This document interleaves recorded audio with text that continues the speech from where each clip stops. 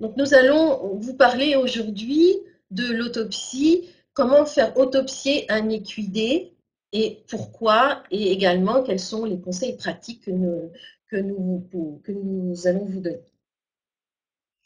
Donc l'autopsie vient du grec autopsia et signifie voir par soi-même. Il s'agit de l'étude systématique du cadavre d'un animal afin de déterminer les causes de la mort de l'animal ou, si celui-ci a été euthanasié, des symptômes qu'il a présentés avant la mort et qui ont motivé la demande d'euthanasie. Et l'autopsie permet d'évaluer des lésions et de faire un diagnostic lésionnel. C'est un examen qui est réalisé en médecine humaine et en médecine vétérinaire pour les différentes espèces, dont les équidés dont nous allons parler aujourd'hui, les chevaux évidemment, mais également les poneys, les ânes, les nouveau-nés et les fœtus. On peut parler également de nécropsie ou d'examen post-mortem. Sur le plan pratique, il comprend l'examen de la peau, du tissu sous-cutané, des grandes cavités, des viscères et également du tissu musculaire, du squelette et éventuellement du tissu nerveux avec l'encéphale et la moelle épinière. Donc, les intérêts de l'autopsie sont multiples et nous allons vous les exposer. Et en effet, les problèmes de santé des chevaux ont un impact économique non négligeable pour la filière, notamment en raison des mortalités qu'elles peuvent entraîner ou alors des défauts de performance. Nous allons évoquer dans l'ordre tout d'abord les intérêts directs de l'autopsie, les intérêts les plus évidents, puis nous verrons les intérêts indirects, les intérêts plus larges, et enfin, dans la troisième partie, nous vous donnerons des conseils pour la réalisation d'une autopsie au cas où vous seriez confronté à cette demande.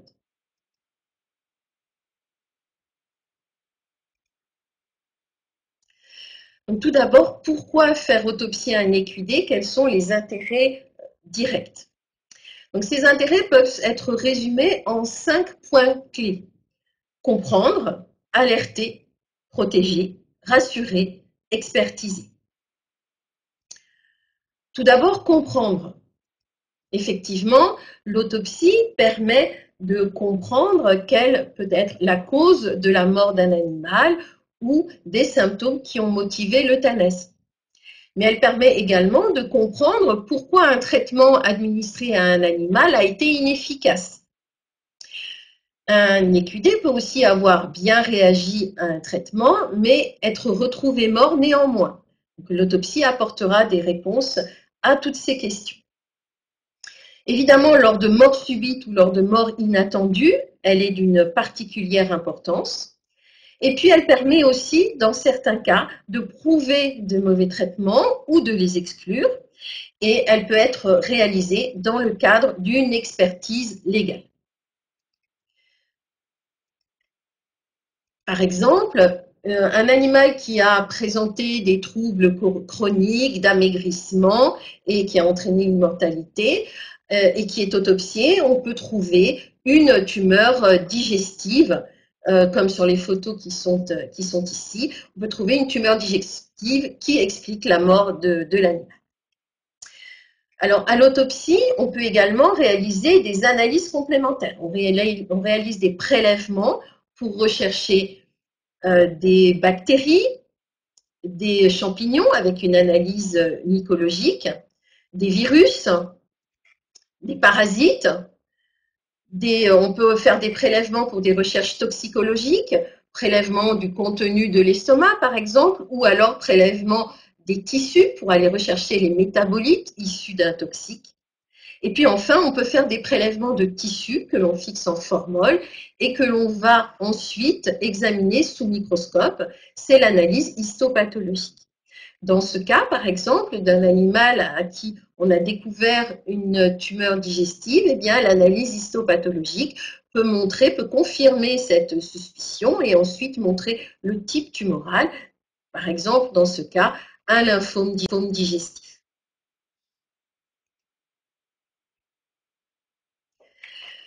Autre intérêt, alerter et protéger.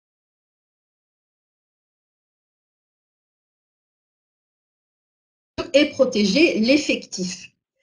On va identifier des maladies qui vont constituer un risque pour les autres animaux, pour le reste de l'effectif, et ce qui permettra de prendre des mesures de prophylaxie sanitaire et ou médicale.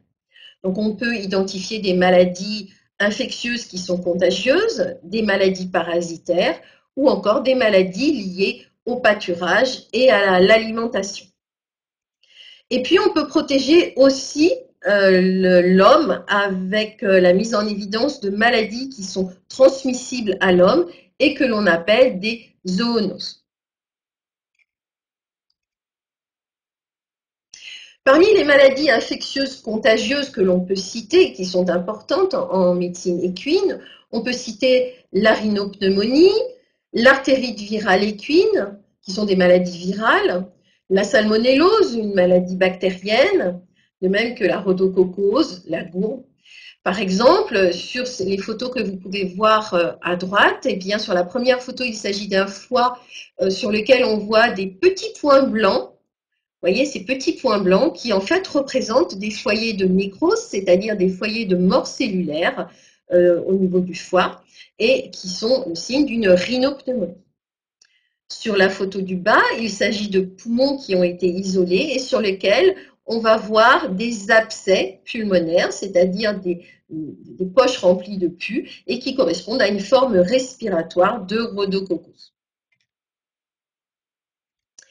On peut mettre également en évidence la présence de parasites pour éviter d'autres morts, pour donner des informations également sur le statut sanitaire de l'élevage.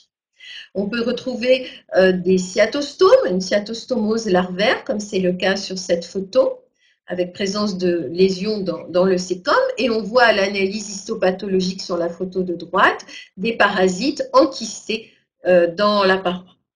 On peut retrouver aussi des vers de type Parascaris qui peuvent former des bouchons de vers dans l'intestin et que l'on retrouve ici également sur une coupe histologique. Enfin, les maladies liées au pâturage ou à l'alimentation. On peut citer des exemples de myopathie atypique. Vous voyez sur la photo ici le muscle d'un animal qui est atteint de myopathie, ici qui est un muscle décoloré par rapport à un muscle normal sur la droite. Donc l'autopsie nous permet de montrer ces lésions.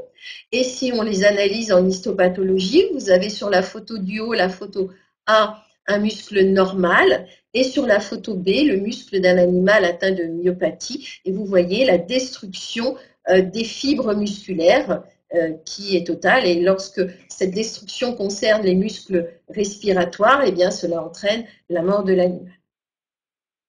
Une autre maladie qui est la maladie de l'herbe ou dysautonomie ou encore grass sickness, c'est une maladie dont la confirmation ne peut se faire qu'à l'analyse histopathologique. On prélève à l'autopsie les ganglions nerveux, ici les ganglions cervicaux supérieurs et cœliaco-mésentériques, et lorsqu'ils sont analysés, on met en évidence des lésions spécifiques qui permettent de confirmer la maladie.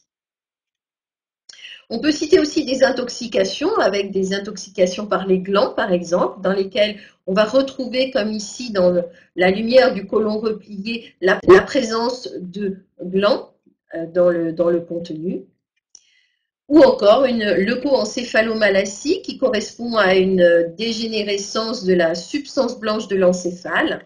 On voit ici un encéphale en coupe et puis des lésions de dégénérescence qui sont visibles et qui sont le signe de la maladie.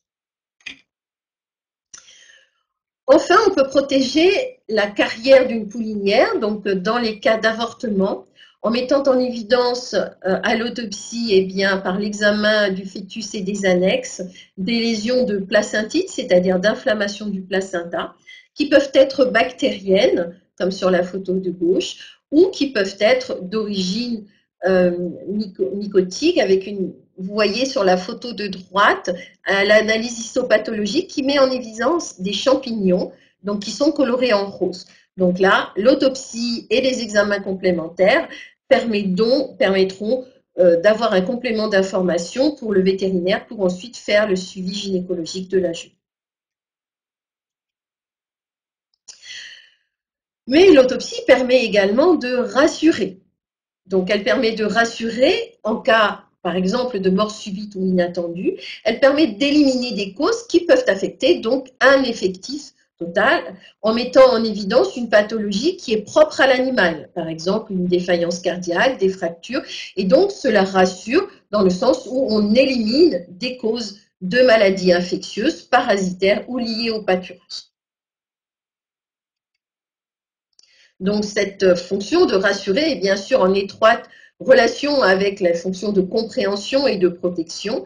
Et là, vous voyez deux exemples d'autopsie qui ont montré qu'une mort brutale était liée pour la première à des lésions du cœur, à des lésions du myocarde, du muscle cardiaque, qui ont conduit à une défaillance cardiaque de l'animal.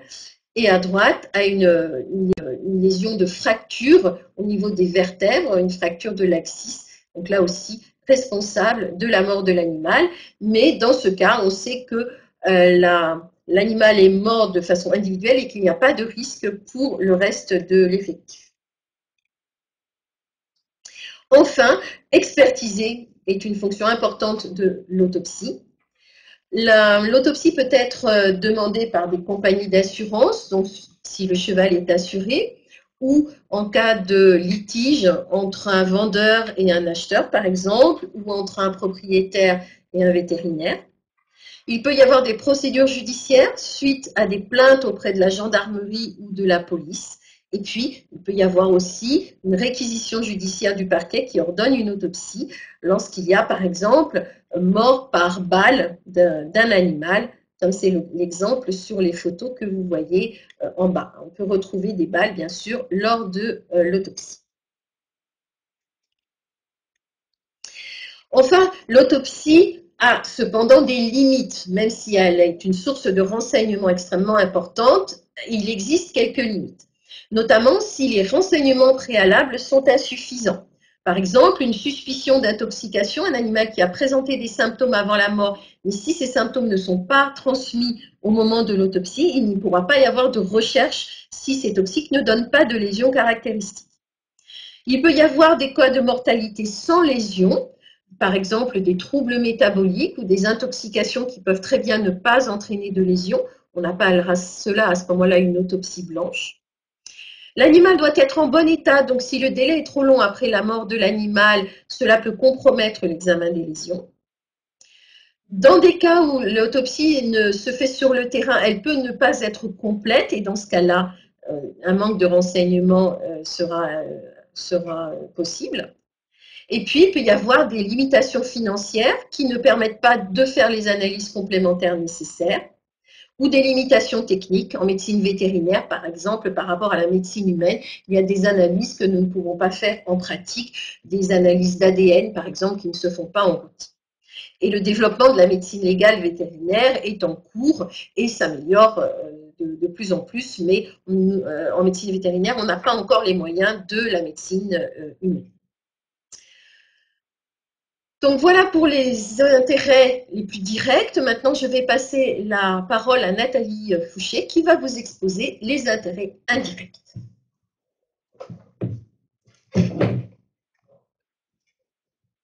Donc tout d'abord l'épidémiosurveillance. Donc il faut savoir qu'avant 2015, le site de Normandie du laboratoire de santé animale de l'ANSES jouait un rôle d'observatoire nécropsique au niveau régional, c'est-à-dire qu'il permettait la surveillance des maladies équines mortelles sur l'ensemble de la région Normandie. Et puis en 2015, il a été créé le Réseau national de surveillance des causes de mortalité des équidés, RESUMEC. Donc RESUMEC est coordonné par l'ANSES et grâce aux 45 structures qu'il rassemble, il a permis d'étendre la surveillance à l'ensemble du territoire national. Donc, en effet, les autopsies sont une source de données épidémiologiques descriptives importantes et c'est pourquoi elles permettent une surveillance des maladies équines mortelles, telles que la rhodococcus, comme vous l'a dit Nathalie Cordonnier tout à l'heure, ou bien la surveillance des syndromes comme les avortements. Pour être un petit peu plus concret, on peut citer par exemple que suite aux données du réseau issu des autopsies qui ont été réalisées, et ça peut permettre de surveiller les maladies parasitaires mortelles telles que les cyatostomoses larvaires, dont vous pouvez voir la photo ici. Ça correspond, les cyatostomes sont les petits vers rouges que vous pouvez voir sur les crottins quand il y a une infestation massive, ou bien la surveillance des ascaridoses. Donc ici, vous avez un Parascaris secorum, et d'en surveiller par la même occasion la résistance aux vermifuges. L'autre intérêt indirect, c'est la recherche. En effet, l'autopsie est un maillon essentiel pour la récolte de matériel biologique, donc que ce soit des échantillons tissulaires, comme ici qui ont été déposés dans le formol, ou bien des agents pathogènes comme les bactéries ou les virus qui sont issus de prélèvements lors de l'autopsie. Par ailleurs, les autopsies permettent de récolter des informations épidémiologiques, cliniques et lésionnelles. C'est pourquoi elles jouent un rôle important dans l'avancée des connaissances des maladies équines mortelles et par conséquent dans la priorisation des projets de recherche. Si, si comme tout à l'heure, on vous donne un exemple concret, on peut citer par exemple la surveillance de bactéries telles que les salmonelles qui ont un intérêt à la fois en santé animale et à la fois en santé humaine, et notamment la surveillance de leur résistance aux antibiotiques. De même, grâce aux autopsies, on peut suivre les modifications du pouvoir pathogène de certains virus, comme celui de l'artérite virale par exemple. Le troisième intérêt indirect de l'autopsie, c'est la formation. En effet, les autopsies permettent la formation des vétérinaires, qu'ils soient en formation initiale, en spécialisation ou bien en formation continue. Et puis, grâce donc au réseau Résumec, les acteurs adhérents à ce réseau peuvent suivre au sein du laboratoire de santé animale de l'ANSES, donc sur le site de Normandie, une formation continue. Et en tant que cellule d'animation, le laboratoire leur apporte un appui scientifique et technique. En pratique, si vous êtes confronté donc au décès d'un animal et que vous souhaitez demander la réalisation d'une autopsie, comment ça se passe? Donc, tout d'abord, où faire réaliser une autopsie? Donc ici, vous avez la carte issue du réseau Résumec. Donc vous avez le lien en dessous sur cette ligne-là, qui vous permet de voir, d'avoir un aperçu des 45 structures qui sont rassemblées dans le réseau, dont les 28 laboratoires d'analyse et les 4 écoles vétérinaires. Donc, quel que soit l'endroit où vous vous situez, si vous voulez faire réaliser une autopsie, vous pouvez retrouver cette carte et en passant votre petite souris sur les petits smileys, vous pourrez retrouver les coordonnées de ces structures. Qui peut demander une autopsie? Eh bien, tout le monde, si on peut dire. En effet, tous les acteurs de la filière équine, qu'ils soient professionnels ou non, peuvent demander une autopsie. Donc, ça peut très bien être le propriétaire, mais ça peut aussi être le détenteur ou le vétérinaire, sachant qu'évidemment, si vous êtes le détenteur et que vous demandez l'autopsie, il faut au préalable avoir l'accord du propriétaire. Ça peut très bien être aussi le cabinet d'assurance dans les cas où les animaux sont assurés. Ça peut être les fédérations équestres, que ce soit en compétition sportive ou bien en course. Et puis, comme le disait tout à l'heure Nathalie, par rapport aux réquisitions judiciaires, ça peut être le parquet. Ça a été le cas, par exemple, pour dans le cadre des chevaux mutilés. Bien évidemment, la liste n'est pas exhaustive. On aurait aussi bien pu citer l'État pour certaines maladies réglementées. Par contre, le point important à savoir, c'est que l'autopsie est un acte facturé et que chaque structure a ses propres tarifs. Quelles sont les démarches à suivre lors d'une demande de réalisation d'autopsie? Eh bien, pour une bonne prise en charge de votre équidé ou pour éviter, pour éviter une altération des tissus, il faut que la demande d'autopsie soit réalisée dans les plus brefs délais, c'est-à-dire dans les 24 à 48 heures après le décès. Donc, quelques petits conseils. C'est bien évidemment téléphoner à la structure d'accueil au préalable afin de s'assurer qu'elle puisse planifier l'autopsie. Ne surtout pas bâcher l'animal, ça pourrait altérer encore plus vite le cadavre. Alors c'est vrai que dans certains lieux comme les centres équestres, il est difficile de laisser l'animal mort à la vue de tout le monde. Donc évidemment, il peut être couvert, mais surtout ne pas le border, il ne faut pas que ce soit hermétique. Dans le cadre de fœtus, pensez à amener les annexes. Donc par annexe, on entend placenta, cordon ombilical et amnios. Il vaut mieux même attendre que la jument ait délivré parce qu'en fait, l'analyse de ces annexes apporte des compléments à l'examen nécropsique du fœtus. S'assurer évidemment qu'il y a un moyen de transport entre le lieu où l'animal est décédé et la structure d'accueil pour l'autopsie. Et puis se munir des papiers de l'animal. Donc soit ses papiers d'identité s'il en a, soit ceux de sa mère si c'est un fœtus ou un poulain, un jeune poulain. Et puis tous les comptes rendus du vétérinaire si l'animal a été malade dans les jours précédant la mort. Et puis, bien entendu, je le répète encore, avoir l'accord du propriétaire. Ne surtout pas congeler l'animal. Donc ça, c'est le cas pour certains fœtus ou poulains. Quand la jument avorte le week-end, les gens veulent le congeler en pensant bien faire. Non, parce que du coup, on perd de temps sur l'analyse puisqu'il faut attendre qu'il soit décongelé et ça peut modifier le diagnostic. Et puis, se renseigner du coup de l'autopsie, des examens complémentaires et de l'équarrissage. Donc, ce qu'il faut retenir. Autopsier, c'est analyser les morts pour protéger les vivants. C'est vraiment dans ce but-là qu'on autopsie. Mais l'autopsie, donc, c'est une réponse directe aux acteurs de la filière.